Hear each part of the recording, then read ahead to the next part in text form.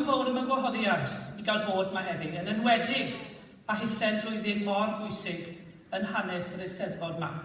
Eisteddfod yr hanner canrif ac Eisteddfod yr air, a mae yna lot o air i weld ar ei lle yma. Pan ganodd y ffôn rai misoedd yn ôl, fe ddath y geiriau yn own color ar y sgrin, a fi'n sicr fy meddwl mae un o'r galwadau PPI oedd na. Ond na, dorian arall o ben arall yn ei. Ac erbyn diwedd yr alwad, o'n i'n difaru Rhydamyn, mae ddim boes y PPI oedd na wedi'r gwbl. Yn enwedig pan wedodd mae 2 gynenillydd y rhuban glas oedd y llywyddion eraill.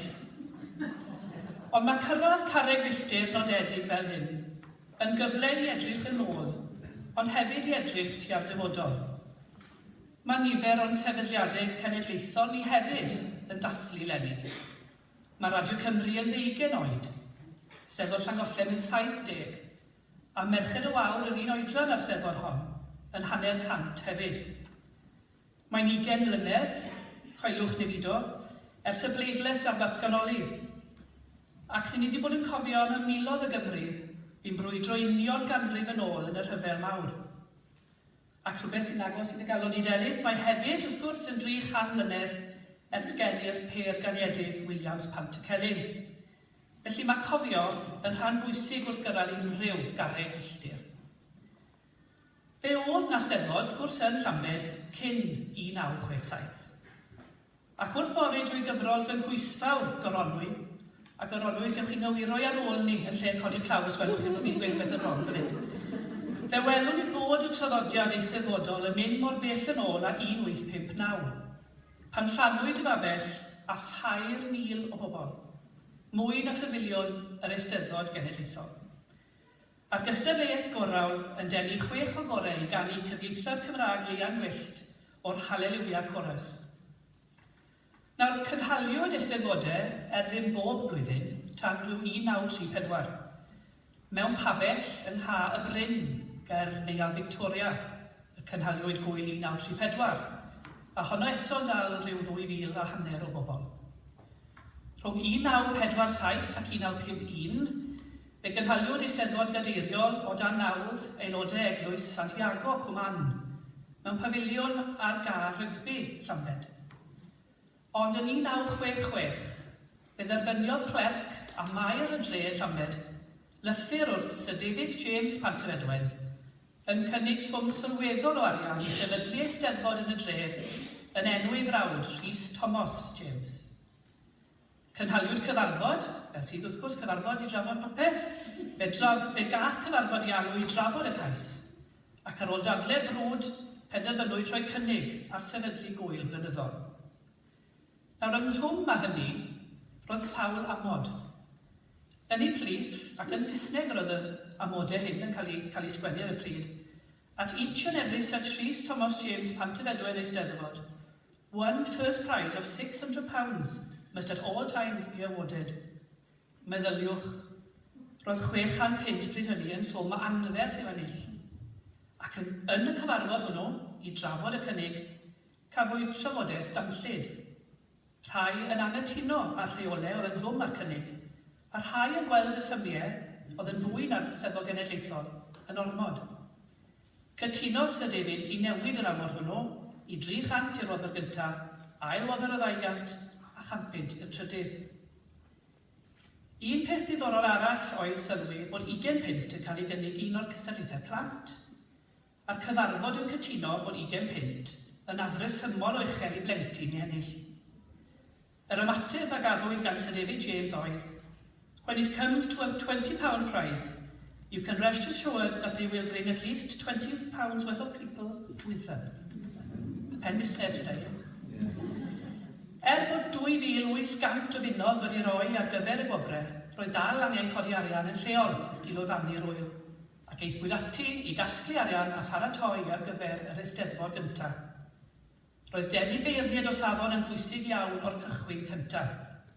Gwahoddwyd yr archdderwydd Wyndaf a'i olynydd William Tilsley i feirniadu'r gweithiau llenyddol, a mawrion y byd cerdd i dyfoli'r cystadlaethau lleisiol, Kenneth Bowen o Linden a'r athro Gordon Clinton o Birmingham yn ei plith.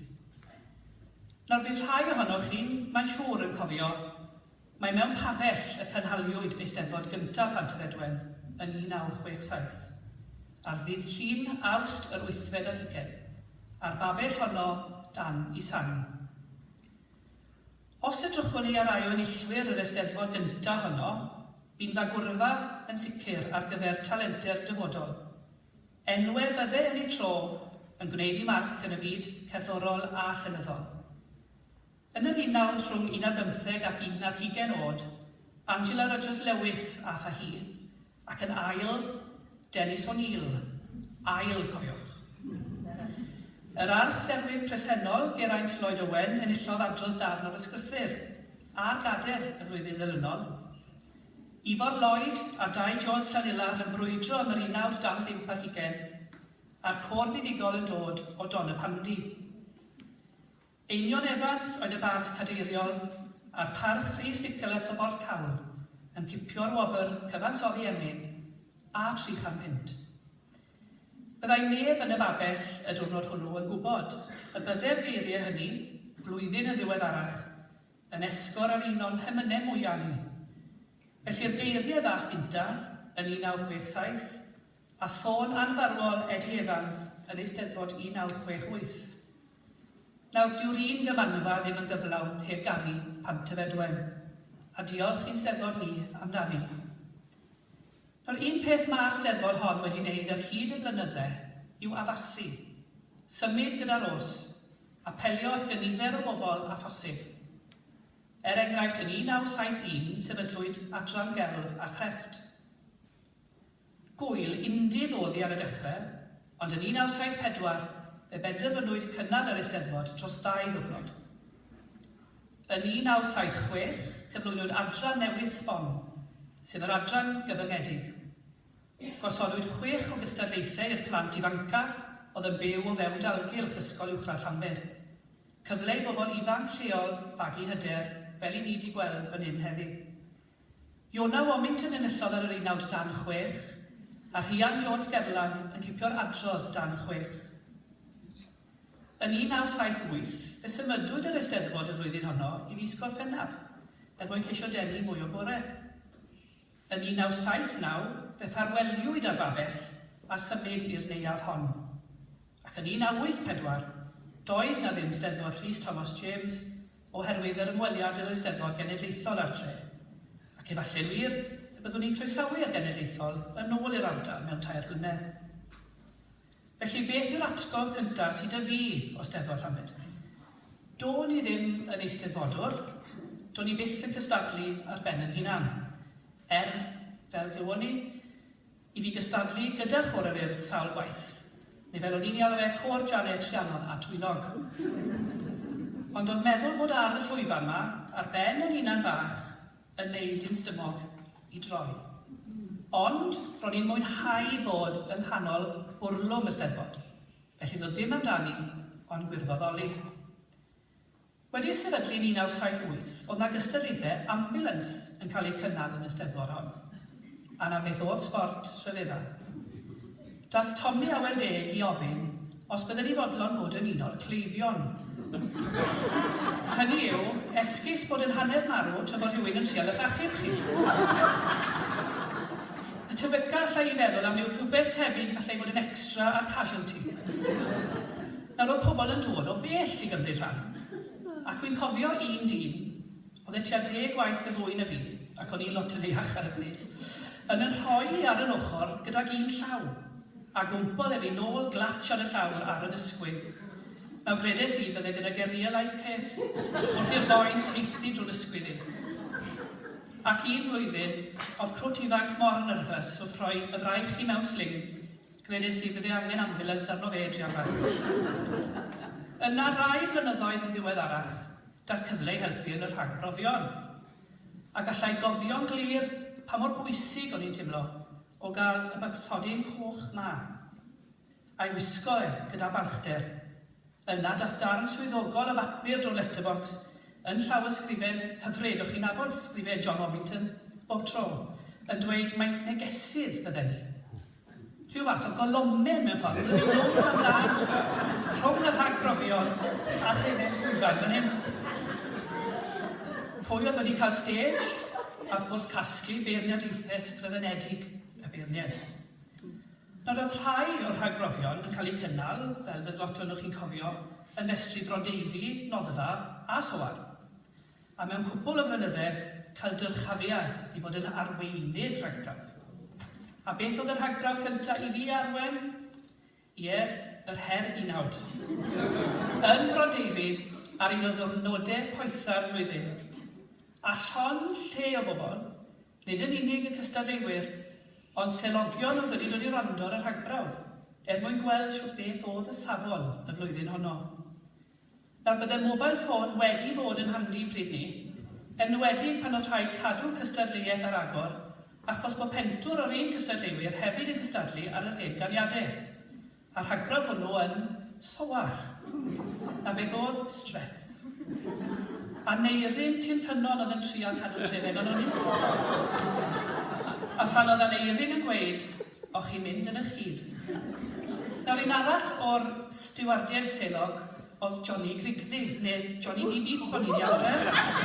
Oedd yn stiwardio'r corridor just tu fas y drws na fyna. Ac oedd Johnny'n neud lot fwy o sŵn wrth weddi sht, nag unrhyw un o'r tnaws. Nawr atgof arall, wrth gwrs, yw'r bwyd. Ti'n sôn am fwyd, mae'r bara brith gyda modfedd o fenyn, a brechdanau wedi lapio mor dyn, yn dyn mewn milltir o clingffilm. Ac os o'n i'n amseru beth yn iawn, byddwn ni'n mynd gyda Enfys i pantry i gael sandwich chicken. Ond anamal iawn bydden ni ar y llwyfan yma, adeg y Steddfod, o'n i arni ddigon aml yn yr ysgol. Ond fe ddath cyfle, fel ys di sôn eryth, i gystadlu heb oedd fod agor yn heg. Enillus i'r stori fer agored yn weddol ifanc, a Ray Jones, awdures y llyffant, yn beirniadu. Ac yna yn y flwyddyn 2000, dechreuwyd cystadleuaeth newydd, y tlws ieuenctid. Medalryddiaeth o ryw fath o dan 5 ar 20 oed. Rhoi cynnig arni ac ennill. A seremoni fach hyfryd yn neuad y coleg bryd hynny, gyda Delor James wrth y lliw. Yr union berson nath droed o hoffter o ddarllen yn rhywbeth mwy.